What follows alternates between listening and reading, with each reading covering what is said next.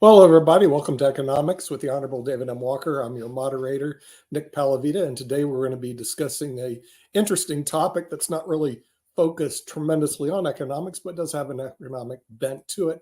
And here's the question that was posed on our Pod TV LinkedIn poll last week, which well over 1,000 people responded to, about 1,200.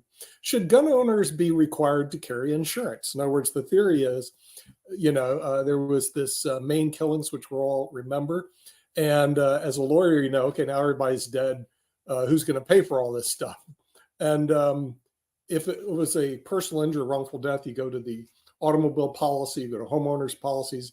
But if it's a gun death and there's no policy, who pays for all the victims? So anyway, we're going to look at that. By the way, Pod TV LinkedIn poll, 55% said yes, 45% said no. So it's kind of a split among whether or not they should be required to carry insurance. So with that, we're going to go into the Mediterranean. I wasn't sure if he's going to show up today, and bring in the Honorable David M. Walker. Where in the Mediterranean are you? Where in the world is Carmen Sandiego or David Walker? I'm headed to Sicily tomorrow. Right now, I'm between the Balearic Islands and Sicily. I'm looking for the U.S. aircraft carrier task forces. We got a couple, but they're in the Eastern Med, we're wrapping up 10-day vacation cruise, if you will. But I can only be with you a few minutes. But if it's okay, Nick, I'll kick off a few comments. Sure, go ahead. Your question. My answer to your question would be no, should be required. But really what you have now is you have some jurisdictions, I think, for example, San Jose, California, that is requiring anybody who owns a gun within their geopolitical jurisdiction that they must buy insurance. And I think that's one way that they're trying to hedge against the Second Amendment fight. In the interest of full and fair disclosure, I do not own any handguns. But I do own an AR-9 rifle for defensive purposes, which is locked up in my home. Much less powerful than an AR-15, much cheaper, much shorter distance range than an AR-15, purely for defensive purposes. Now, we do have homeowners insurance. We also have, a supplemental policy, to be able to cover other types of liability, but they obviously have limits. And so, one of the questions is that depending upon what would end up happening, you could far exceed the limits that would be associated with a wrongful death. It's not clear to me what they're trying to get at here, but I'd be interested to hear from others. Right. And I'd be interested to hear from others too. And since we have our panel here, I'm going to bring them on. First of all, a member of the Mega Society, which is the top 1 out of 1 million people on IQ tests, also a writer for Jimmy Kimmel Live. We're going to bring in Rick Rosner from Southern California. And then from Northern California, we have the head of the Eid Foundation, a FIDE chess master also, Jim Eid, and we can get their opinions on this. This came in from, we also have Sasha Starr coming in from Canada. So we have all these three. So here was the question, and we'll pose this to Rick since he was first up. Should gun owners be required to carry insurance? I didn't know they required that in California, so it may be a moot point. So when it comes to anything with guns, it's what you can achieve legislatively. And right now we're at a legislative stalemate about non-controversial things because the U.S. House is not really functional right now. But with guns, the cows are all out of the barn. You've got about 450 million guns among 1/3 billion Americans. So well over 1 gun per American, though only 1/3 of Americans are in gun-owning households. So I mean, so yes, some states may pass individual things, but in terms of national policy, that making gun owners carry insurance is not achievable. Yeah, we'll go to Northern California. Jim Mead, what are your thoughts on this issue? Well, first off, I wanted to say I'm traveling too. Just held the first ever senior women's chess championship. And Nick and Sasha will know the winner, women's grandmaster Angelina Beloskaya. And she pulled it out in a stunning fashion. She was totally lost in the last round, but managed to come back and win and we were thinking of all tiebreakers and all this kind of stuff, but she made it simple for us. So it's not a Barbie shirt. Just for the I'm record, sorry, you David, didn't compete. Just I for the did record, not. You were one of the competitors. I was not, and I did not have a rooting interest publicly. I was providing commentary, and I was the primary sponsor of the event. But the organizer, Elizabeth Shaughnessy, is the picture on here, and she's a marvel. She built a building dedicated to chess in Berkeley, and when she started doing this years and years ago, I told her she was nuts, that it couldn't be done, it was too expensive, and she did it. So tip of the hat to Elizabeth Shaughnessy and all the women competing for the first ever U.S. Women's Chess Championship. And a question of gun control, I think David is just defined what a responsible gun owner is for us. And I think that David is not the majority of gun owners. So we have to think about the people besides responsible gun owners and what has happened in this country recently. And you take your pick of the horror that has been visited upon this country. You can go to, all sorts of different places, Texas, Buffalo, you name it. There has been some sort of horrendous gun death and caused by sometimes mentally unstable. So yeah, gun legislation has got to be on the agenda. And if you're part of a well-regulated state militia, I got no problem with you owning guns. But otherwise, I think it's more of a privilege than a right, and you have to have some sort of license, maybe insurance. These are not unreasonable demands upon someone who has a life, deadly, can carry a deadly weapon. And our country has seen how the lack of legislation has resulted in horror. Thanks. Yes, David. For the record, you do have to have a license. Some people who have guns don't have licenses because they didn't buy them legally. That's part of the problem that you have is law-abiding citizens and they end up buying guns purely for defensive purposes, might comply with the law, but there are plenty of other people that don't. In addition, as we've seen recently, we have red flag laws, a yellow flag law designed to try to keep guns out of the hands of people who represent a risk to themselves and a risk to society. But unfortunately, those laws don't always work, as was clearly the case in the recent tragedy in Maine.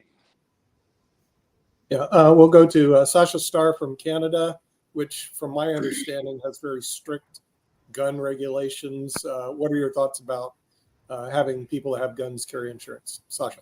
I think that the gun lobby in the United States is so strong that unless there will be absolutely drastic development in the gun violence, for example, what's happened if every single day except Saturday and Sunday, there will be killing in schools, God forbid, and hundreds of children will be killed. Every day, Monday, 100 children killed. Tuesday, 150. Wednesday, 125. Thursday, 200. Friday, and it goes from week after week after week. If that scenario would ever happen, I think very, very quickly United States would come up with a new laws, legislation, and so on. Right now, the level of violence is still very low. I mean, for some other countries, maybe it's too high, but for the United States, it's too low to talk about any meaningful changes. That's my opinion. Okay, we'll go to Jatovi McDuffie from Durham, North Carolina. What are your thoughts about our Pod TV poll? Should gun owners be required to carry insurance? The answer is yes. The reason gun owners should be required. I'm on mute? No, we can hear He's you. frozen. Oh, okay. Just to point out, gun owners should be required to carry insurance. The reason being because the amount of money that's put a strain Yeah, on he's our breaking up. medical industry based on gun violence alone needs to be compensated or needs to be buffered. The only way to do that is through insurance. Plus, adding insurance makes it into much more of a responsibility. The problem that we also run into with gun violence is that guns aren't seen as a responsibility in a lot of cases. Guns, there are just so many problems with guns that we just kind of ignore and gloss over, and we throw on the, oh well, it's mental health. Oh well, we don't want to harm the law-abiding citizen, but we forget that we have a problem with guns. Every country in the world has mental health issues. Every country in the world has all these problems that we have. We're the only country that actually has these gun issues. And the only way to, I guess, begin to attack those, we've got to change the mentality around guns. Yes, it's going to be expensive to carry a gun, but yes, you've got to register that gun. Yes, you've got to have insurance about it. Yes, you've got to be retrained on a regular basis about it. Yes, you've got to have a mental health screen on a regular basis about it. They're just things that we need to put in place because it is a weapon. There are weapons that are designed for self-defense. There are items that are honed to kill. A gun is honed. Its only purpose is to kill. It's not to maim. It's not to wound. It was designed to kill. So we need to have the utmost regulations around it, even insurance around that, to make sure that those wounded and harmed by it, by a stray bullet, are compensated and it doesn't create such a burden on our healthcare system. Yeah, Rick Rosner has a response. So for the past few years, America's averaged about 130 gun deaths per day, 48,000 per year, which is roughly the same number of people killed by cars in America. Though half of those gun deaths are suicides. But, you know, everybody has to have car insurance. And I mean, and we have to use cars every day. Guns are, not as an everyday essential, but they kill as many people. Mm-hmm. Jacoby, you have a response. One of the things that we always continue to jump to is always the deaths. And I think and the sad part about it, think about this. When you have that debate, people are numb to hearing about the numbers around deaths. That's sad. We should be shocked at that. I wish we would point out also the fact that over 100,000 plus are injured due to gun violence. So you add these numbers up, there's a ton more people that are affected by gun violence. And then if you talk about the psychology around someone being harmed, somebody being injured, if, for example, we're all witnesses, we're all at dinner right now. Say we're all at dinner, and then Mark, you know how rowdy he gets into a fight. That fight just doesn't affect Mark and that individual he's in a fight with. That affects all of us as well. So when that gun violence happens, even though I'm a bystander and I see it, I'm affected by it. So we just can't think about, it doesn't really bother anybody. No, you have people running when they hear a pot drop. That's a problem. Yes. David. Yeah. Hey, Jacoby, just a really quick First, question, because I actually saw something earlier today. Whoa, please don't jump in. I got to go. First, I don't agree that the sole purpose for a gun is killing. You can have a gun for defensive purposes. It's how you aim the gun that determines whether or not you kill. And one of the things that obviously we need to have is much better training. I think, frankly, in all too many cases, we have even law enforcement people that are shooting to kill rather than basically to disable the person. So that's different. Secondly, you have Second Amendment issues, which you're not going to end up undercutting.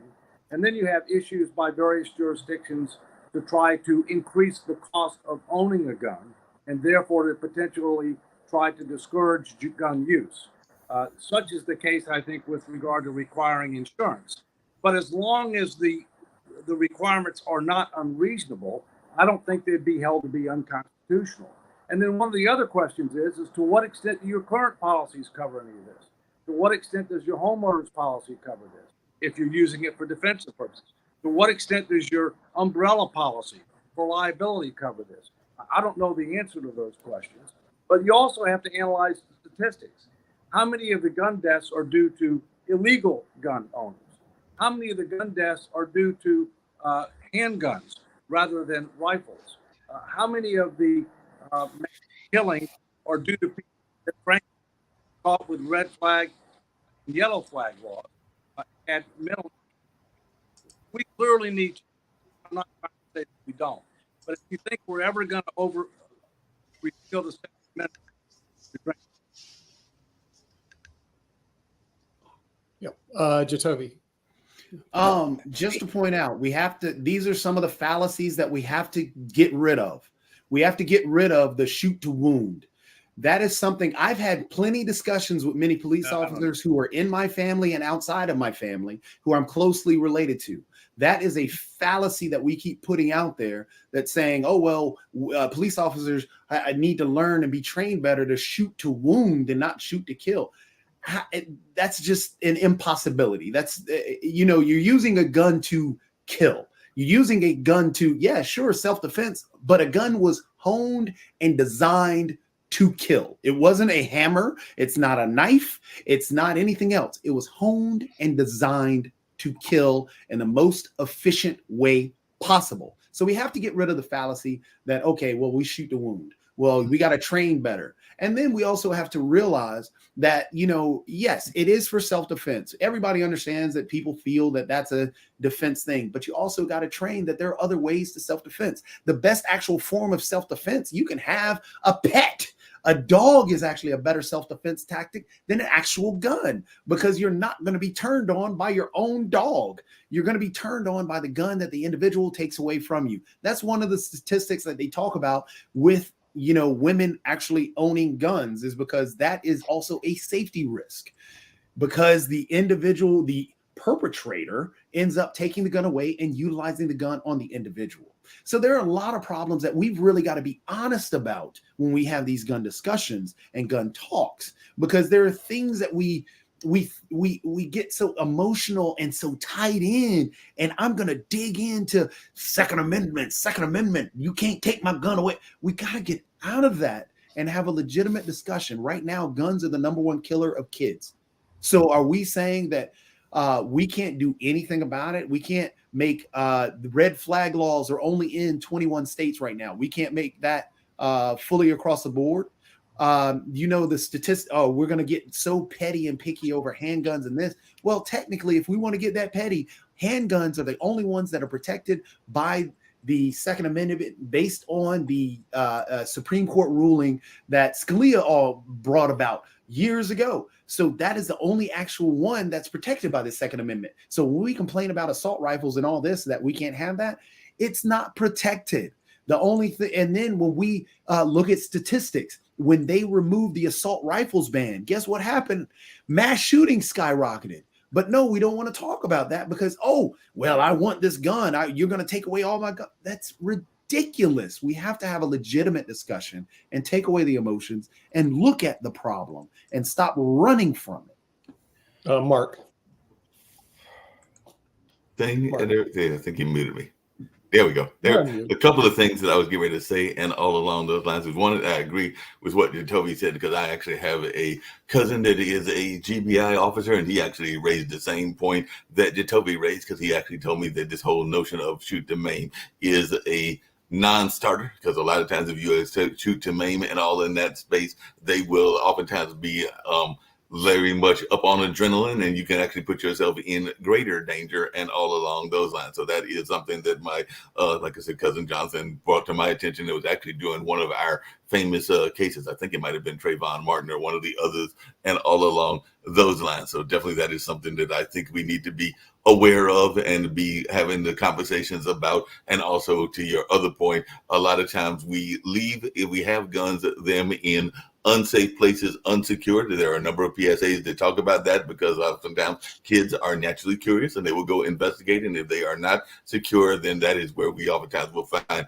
kids that get the guns, and then we'll find a use for the gun and all in that space. By the way, Jacoby, I have seen some dogs turn on their owners and everything. So I'm not sure that I 100% agree with that comment and everything, but it's not as dangerous as the guns and all along those lines. But I did have a question for everybody, including Jacoby, based on something that I saw earlier today and all in that. And that is, with the gun violence, there is this notion of putting out in the paper the homicide, the victim's name, and the name of the person that was accused, and in some cases even convicted and everything. I saw that recently here in our local paper. They literally have a triangle homicide watch where they will tell you when the homicide happened. I think there were 2 here in Durham over the weekend and all along those lines. So I just wondered, does that help the cause or does that hurt the cause? Because I'm thinking like that might actually be in some ways a deterrent, but in some ways it might not be all that great for the greater cause and everything in that space. So any thoughts around that, both Rick and Jim, and even Rick Rousner.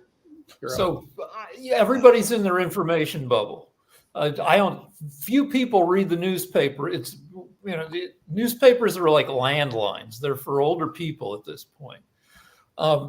One thing that Second Amendment people like to say is enforce existing laws, and that is one area where we could do a lot better. Everybody in that town that had had contact with the main shooter knew that he was building up to kill a ton of people, and nobody was able to, or everybody dropped the ball. Uvalde, where they took an hour to go, I mean, that's not a law issue, that's a chicken shit law enforcement issue. They took an hour to go in because they were afraid of the guy's AR-15. But there are plenty of laws on the books that are enforced haphazardly, and we could do a much better job with that. Mm-hmm. Yeah. See, I do tend to lean toward what Jacoby says, at least in my analysis. One problem you have in an auto accident, okay, that people get in accidents, people get killed, people get maimed, people get injured. As an attorney, your job is to clean up the streets. I think the best education, if you want to go to law school, is be a waiter at a restaurant, because you're always cleaning up people's messes.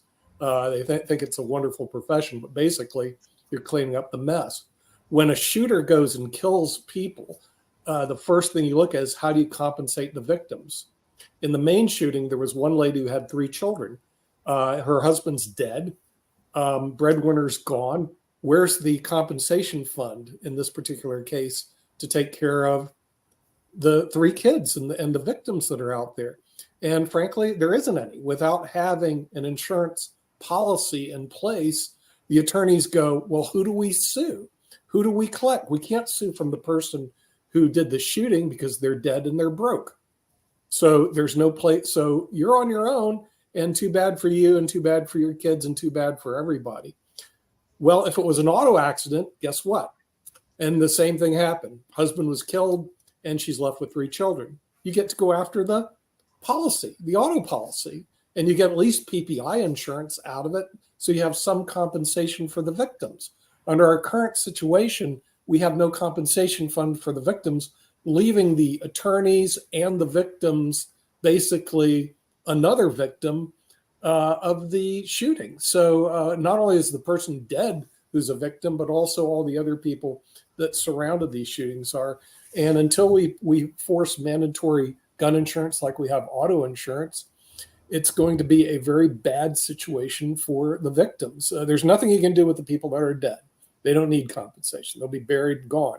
But it's all the other people that are surrounding this that need to have some form of compensation for the loss of these individuals. And right now we don't have anything at all. We don't even have a discussion. I do want to thank the LinkedIn polls, because even though they're not accurate, the Pod TV LinkedIn polls, they do tend to have a good indication of what people think around the country. It's 55-45 in favor of having a gun insurance. Right. But think about something. The Hamas fighters, they didn't have any insurance for using guns, and they were shooting, maiming all kind of civilians. And it seems to me. Well, I mean, but they should have. I mean, but you remember the Hamas fighters that came across the border and stuff like that. This is what we call a terrorist. See, even if you do create a policy where you have to have gun insurance, trust me, not everybody's going to buy guns. You're going to have uninsured gun owners. Like, no kidding. Even today, lawyers face what they call uninsured motorist. You think that person who just rammed you in a car has insurance. They don't. And so you actually have to carry, believe it or not, uninsured motorist insurance, because not everybody who's on the road today will actually have an insurance policy. But what the insurance policies do, it creates a fund for the victims, because look at the main shooting. Okay, all those people are dead. They're no longer victims. They're dead. They're buried. It's over. But all the people that are alive, the family members, the children of the family members, the children of the people that got killed, these are all victims that there is no compensation for. The attorneys are going, okay, can we go after the homeowner's policy? Well, maybe not. It doesn't cover it.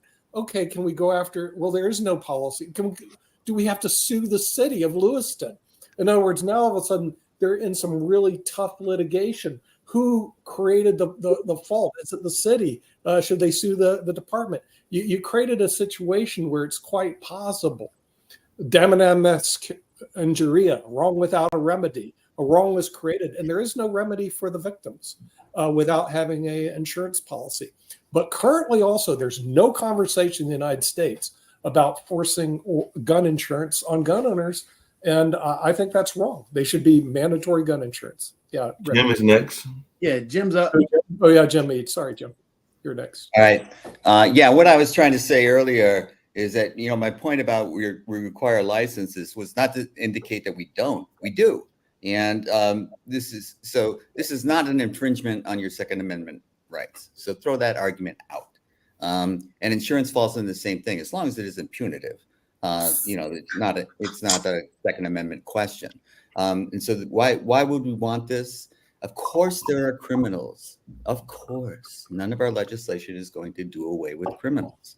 What we're talking about now, we're bringing up Maine. Well, what about Buffalo? What about the elementary school kids that were killed in Connecticut? I mean, we can list them one by one, and they're all horrific. And the point is that we're at loggerheads and we're not doing anything about it.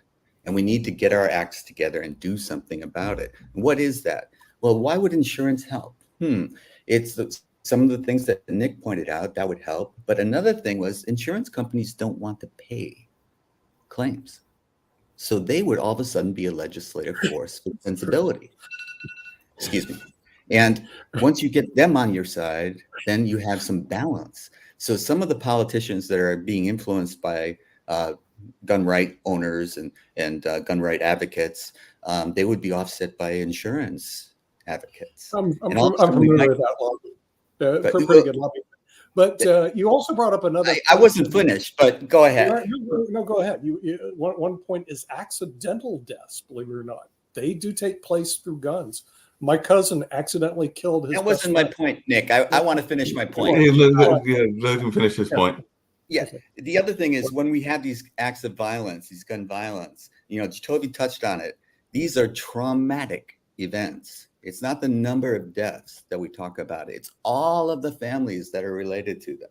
And all of them have experienced the trauma that will influence the rest of their lives. So when we're tabulating numbers, don't forget you're undercounting by an order of magnitude. Okay, thanks. Yep. Thank you, Counselor. Yeah, Rick Rosner, you have something. So we should look at the AR-15s, the AK-47s. 60 years ago, there were 0 of these in private ownership in the U.S. Now there are about 17 million of them. And those things were developed to be, war weapons to not just kill, but to create devastating wounds, because in war, you want to create wounds in your opponent that require 3 or 4 people to drag that person out of the battle and to give them care. And so these weapons, you might focus on them for carrying extra insurance. There are types of weapons guns that are illegal, Tommy guns of the 1930s, fully auto machine guns. So you can do things at some point, and nobody's calling for Tommy guns to be made illegal again. Just to point out, there are people who are, because you still have people fighting to this day, those same gun rights activists. Like, a gun deserves a right. It's an item. I'm not a chair rights activist. That's crazy. So the people, there are people who are diehard into gun rights and are begging for the Tommy gun and are begging for all guns to be, not regulated and all this and that and the other thing. I mean, yes, they're the extremes, but again, to get back to what Jim was talking about, Jim, again, yes, the insurance will balance it out. And then what Jim is talking about is, yes, we really have to have a serious conversation about it, and I'm glad that's kind of what we're going through here, and not getting into the fallacies and the law-abiding citizens, and because these are all things that are they're going to come and take your rights away. It's not taking your rights away. Just to register your weapon so we know if it's stolen, then okay. Right now, if you get, I think now, Nick, you can back me up on it. I don't know if it's a national or a federal law, but a bar, if they overserve an individual and that individual goes out and commits a drunk driving accident, can't that bar? That's called Dram Acts, and the Dram Acts vary from state to state. Yeah. In other words, if you serve too many alcoholic beverages to an individual, and then they run out and they get in an accident and they kill somebody, the bar owner could actually be held liable. It's a state by state issue. Most crimes are state by state issues, so you have to look at your own state laws and consult your own attorney regarding that. The problem that I have as an attorney is that attorneys in general are called in afterwards to, quote, clean up the mess. And the mess in Lewiston, there's a lot of messy people out there and a lot of victims. And the first thing you do as a lawyer, you go, well, what insurance policy can I go make a claim for to give the victims some compensation? And if it's an automobile accident, you have the automobile policies, and sometimes you collect a whole bunch of policies. You have a gun claim, and you go, what do you do? Go, you can tell the lady and his kids, well, you're tough out of luck. Too bad they just didn't get run over. Your husband didn't get run over by a car. Yeah, Rick. I worked in bars for 25 years, starting in 1980. And when I started, bars were insane, like injury manufacturers. I worked in one bar that had forfers. Like, what you pay for one drink, you get 4 drinks. And I worked in the bar that served the most drinks ever served in a bar in one day, 50,000 drinks, this giant beer garden. And people started looking at the carnage caused by drunk driving, and they came up with legislative solutions, and things are better now. Now, the function of bars has changed. Before the internet, that's where you had to go to get laid. But so now you go to a bar with your friends to pay $16 for an artisanal cocktail. But still, like, drunk driving is much improved because of legislation and social engineering. Mm-hmm.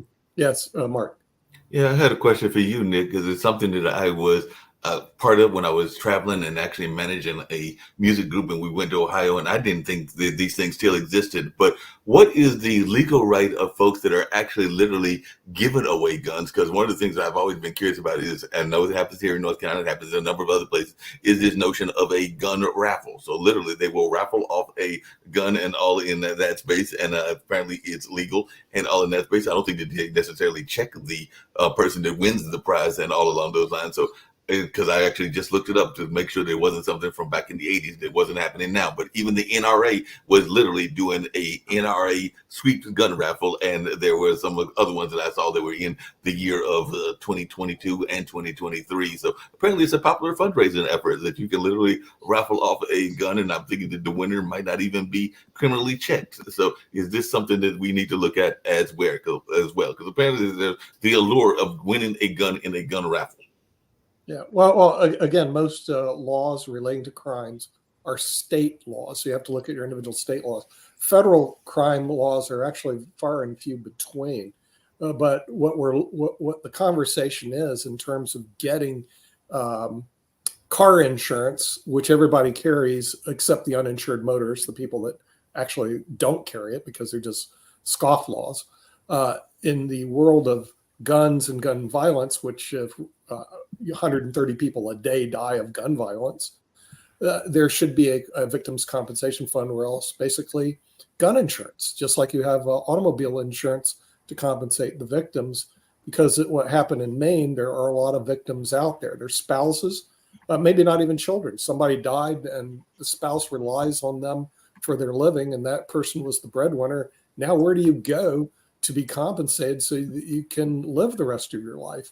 And there are quite a few victims that take place in this country every year, and we do mandate automobile insurance for everybody who drives an automobile. We don't mandate gun insurance for everybody who owns a gun, and there could be accidental discharge. If these AK-47s and AR-15s are out there, Rick, then what happens is they buy insurance too, but their rates will be higher, assuming when the actuaries do their statistics, see that the death rates are higher on those types of weapons than there are other types of weapons. So the insurance industry is really good at assigning risk and loss. Yeah, Jim. Rick, I think you had your hand up first. I'll go after you. No, go ahead. I have to remember what I was going to say. Well, I think the whole insurance argument, comes down to can we get legislation and get the insurers on our side. But let's get real here. As a white male living in the suburbs, what we thought. I'm saying this generally because I can talk about my cast. We thought this gun problem was really inner city Black problem. We didn't. It's not going to affect me. So if Black people are killing Black people, what do I care? And so if we get real about this, we're now seeing it affecting white communities, white elementary schools, and all of a sudden there's more outrage. So let's connect the dots here, and it's not something we can ignore anymore. Just even if you're one of those people that doesn't care about what's going on in the urban environments in our country. Thanks. Oh, by the way, before we get to Datovi, another lobby that you'll get to join you if you get this insurance pass is ALTA, the American Trial Lawyers Association. It's one of the strongest lobbies in the country. In other words, because the reason they'll favor this is the trial lawyers make a lot of money off the settlements of. In other words, as an attorney, you're going, well, gosh, if they actually pass this law, yeah, we'll get the victim's compensation, but I'm going to get 25 to 33% of the amount that goes through as my commission. So you'll get all the American Trial Lawyers Association on your side. Without any of us suffering. Without ever suffering. Right. Jacoby? Pass a mandatory insurance law, like no kidding. I was just going to say, Jim, on that get real part that you were talking about. Well, think about when the gun laws really picked up. Was around the time when more African Americans started picking up guns. So yeah, there is a racial tinge to it, but also gun laws do affect the Black community, and there are gun owners who are Black, and so yeah, it does affect them as well. But the problem is, again, we get tied into these fear tactics.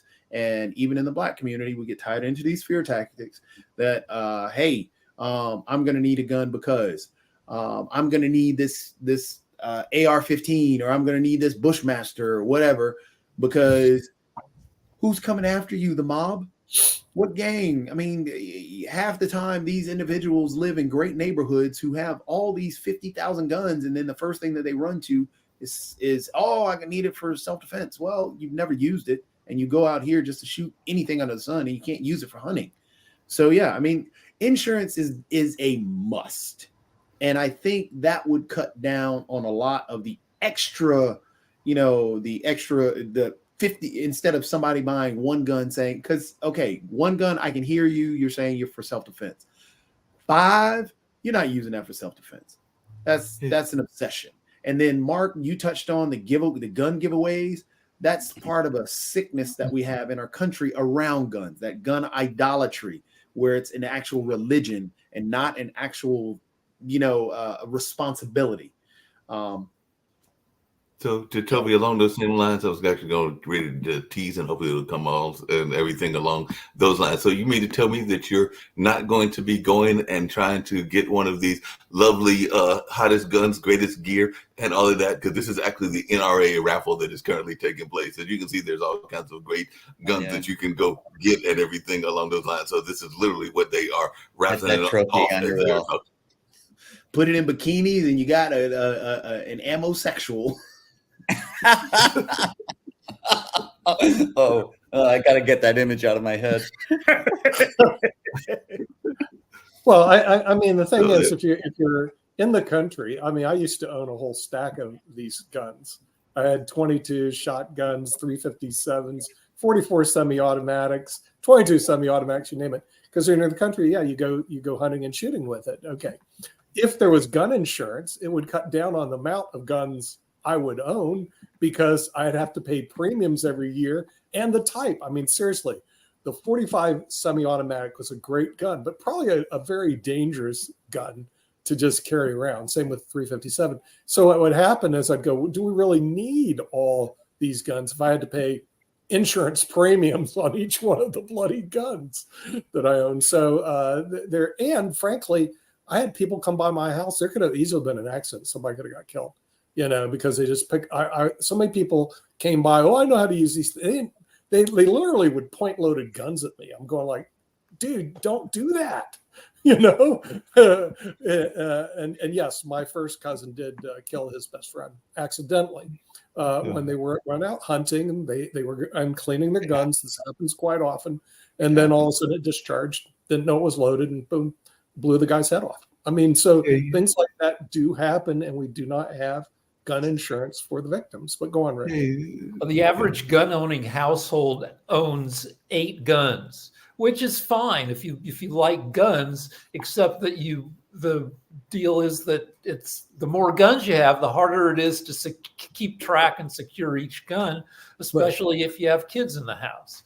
Now, the NRA is a corrupt organization that functions off of fear that people are going to come for your guns and constantly fighting every little bit of anything that they think is gun control. They fight legislation to make, to limit silencers, to limit guns in the hands of the mentally ill, to require gun locks so that the only person who can use the gun that won't fire for anybody but the actual owner of the gun, which is well-established technology that no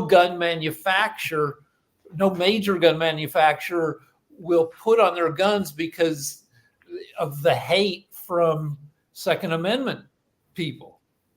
They fought studying gun violence. You can't even get a legitimate study on gun violence, getting funded, a federally funded study, because the NRA and the gun lobbies have fought against it, because we know it's an epidemic in our country, gun violence. But Jacoby, there have been studies, and they show that if you are a gun owner, you're less safe. The government, until the government's not allowed to fund gun studies, the CDC is not allowed to do gun studies. I don't know why you guys are so far against the NRA. Oh, by the way, this message is brought to you by the National. By the NRA. The NRA, like Wayne LaPierre and his buddies live high on the hog. They've been sued by the state of New York for being a corrupt organization, and they had to, I think, declare bankruptcy and move their headquarters out of New York. They did. And it's a bureaucracy like any other, that once it gets out of control, then the organization, which whatever it was founded for, whatever ideals they had, it's no longer what's going on. Until recently, you couldn't sue gun manufacturers. They had been so effective in lobbying Congress that you couldn't sue them. And you know, there's an argument for that they just make the guns. They're not the ones killing people with them. But when you look at gun manufacturers and their advertising that you know that having an AR-15 means you have big balls.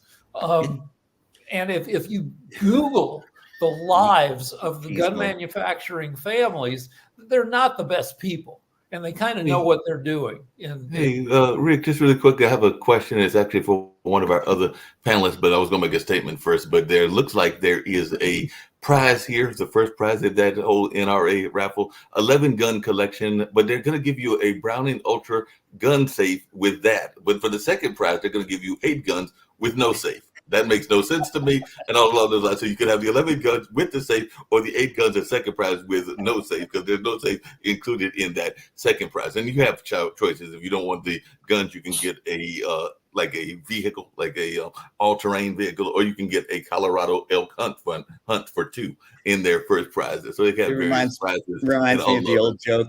The first prize is 1 week in Philadelphia. Second prize is 2 weeks.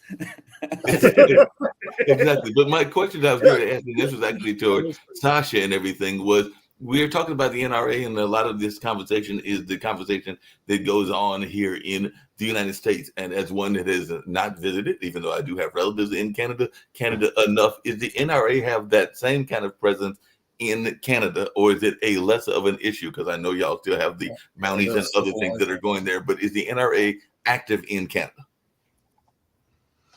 I don't know if I have the right answer to that. All I know is that I have many Jewish friends who are now taking licenses and who are buying guns. So obviously the guns will become more popular in Canada in the near future.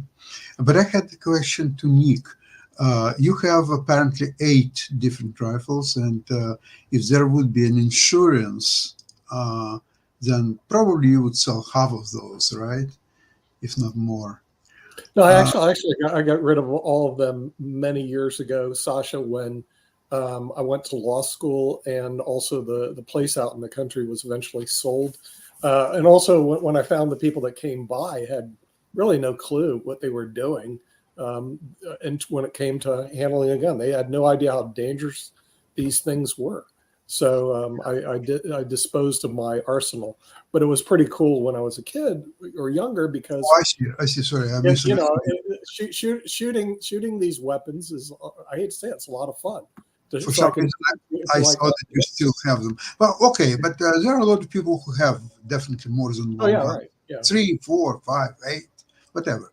Sure. So if this legislature about mandatory insurance, many of those people would not have to, but would choose to sell at least half their collection. Don't you think then the prices on secondary market for used guns would drop next to zero, because there will be too many people wanted to unload their collection or part of their collection, and very few people would be willing to buy them. Yeah. By the way, the license, modern economy there. No, but I'm wondering, to insure the brand new gun and used gun, would it be the same rates? Probably not. I don't know.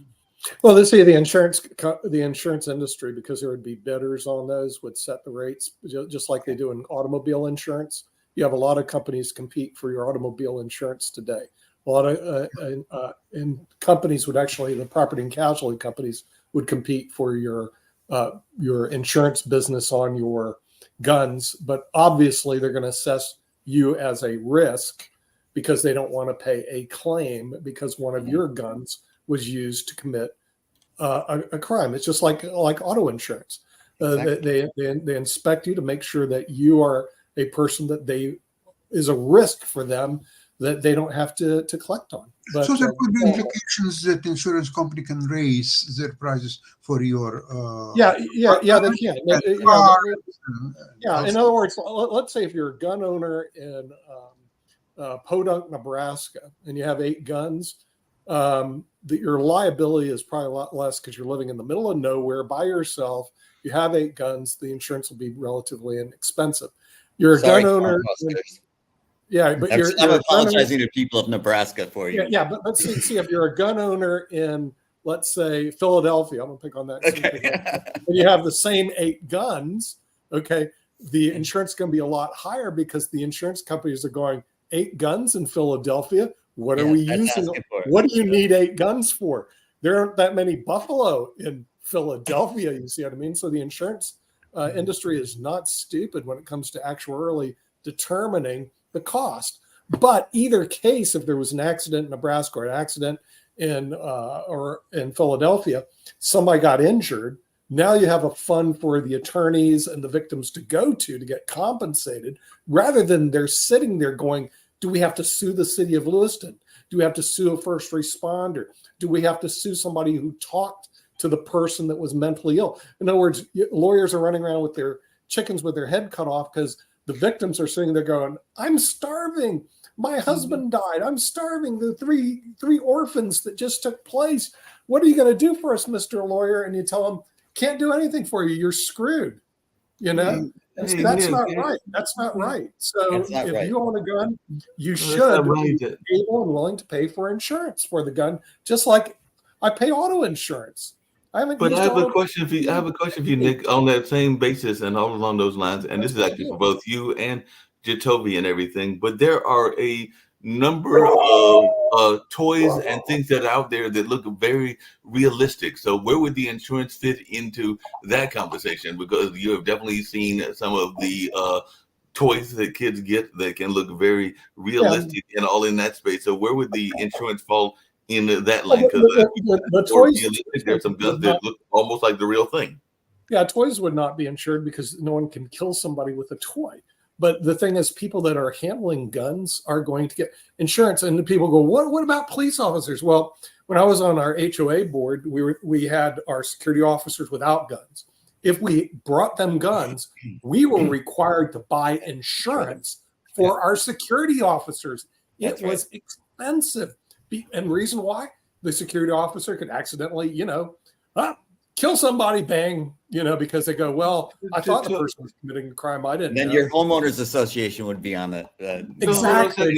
So we had to buy insurance for security officers. It is ridiculous to think an individual can get away with not carrying insurance when all police officers, security officers, everybody else who carries a gun has to carry insurance. But me, because I'm an individual, I have the right to carry a weapon without insurance. Baloney. Go on, Rick. But is there a legislative path to have this happen in red states? Like, I can't imagine Arkansas, governed by Sarah Huckabee, passing any of this stuff. The thing is, if some states don't have it, let's say Arkansas doesn't have it, then what will eventually come out through the media, let's say Maine passes it. Maine should be right to pass it now. Then they'll say, well, the next time something happens, the insurance company pays. Then Arkansas, let's say they don't pass it, which wouldn't surprise me. The next time, and there's going to be a murder in Arkansas, the press will bring out, and none of the victims got compensated because Arkansas is a backward state, which we all know, and doesn't have gun insurance. In other words, they'll be looked down upon by the other states, which they currently are anyway. In other words, where was Columbine? Where to live? Arkansas will not be on your bloody list. Where was Columbine? Colorado. Columbine was in Colorado. See, Colorado could have passed this a long time ago. Right. Every state has the right and should pass it. And if Maine doesn't pass Connecticut Colorado's had a ton. Colorado had the Batman murders. Colorado had the King Super grocery store murders. You're right. But every state's had a bunch. Yeah, right. Yeah, but the thing is, do they have an insurance policy to cover the victims? Probably not, even in Colorado, because people would rather talk about solutions than finding solutions. And this is one solution, at least for the victims. It's the lobby, Nick. It's the lobby, and that's why we got to get the insurance lobby on our side and the trial lawyers on our side. Yeah, well, you would get 2 lobbies on your side, Jim. Right. And then you're going to get legislation passed. Let me tell you when Alta will come on board. The minute, let's say they had this in Maine, and now the PI attorneys would be all over it. Oh, you got injured in a gun accident, call the law firm of James and Yeah. Jones. Like, ring, ding. Okay. 'cause Smith the and thing is- Wesson, the law firm. yeah, because law firm gets a commission on it. Ding, we'll get a policy, we'll get collection for you. And when that happens, then all the Alta attorneys will start lining up in favor of this, and you're going to see a change in how guns are handled in the Hey, United Nick, would you collect money as Alta they is a shoot very this? powerful lobby. Don't underestimate them. You know, Hey, Nick, American would you get trial lawyers. claims? Would you get claims if the guns were like those guns right there and everything? Because, like I said, those are Can't see 'em actually yet, Mark. They're air. Yeah, right. Well, the thing is, see, they would have different insurance rates, but see, these are if these are toy guns, they would be excluded because they don't have any possibility to injure. or Well, they kill sure anybody. do look real. Most of they them. just Yeah, ones they don't do they look look real. real. Those The are only toy guns, and they difference look very is real to that- me. The only danger of these is you get shot by somebody who has a gun, thinking you have a gun, and you don't. Yeah, You that's just have a a toy. good point. Or I have That a was heart kind of the attack point I was and somebody making. points it at me. Yeah, but these do look pretty bad, Mark. I can tell you that. Yeah, Rick. I imagine a future in which we're safe from gun violence. And what happens is scientists figure out a genetic tweak that turns our skin into Kevlar. Just at the Yeah, time we're safe. You know, I don't know what the future is going to be, but right now, all I see is people doing the same thing over and over again, expecting a different result, and they haven't even brought up the idea of gun insurance. And I didn't hear any.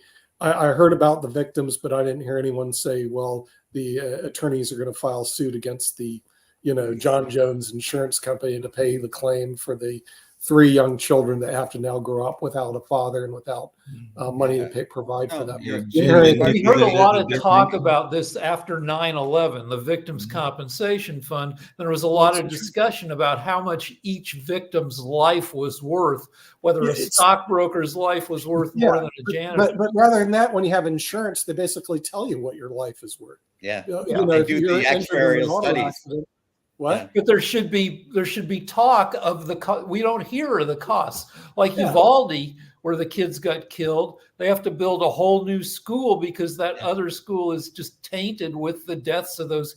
And Yeah. that's, what is that? $12 million just for the school, not to Yeah. mention, the lifelong damage to the families. We don't hear any of the numbers involved. And Right. you're right. We should hear more about how much the 18 murders in Maine, plus the people wounded, will cost the families and the city over the next 20, 30, 50 years. And it's got to be like, I don't know, over $50 million. Yeah, it's in You're right. millions of dollars, and that's the reason it was on economics with the Honorable David M. Walker, and it's also the reason we're out of time. And we'll see you next week with another major economic topic. Until then, have a good week. Bye-bye.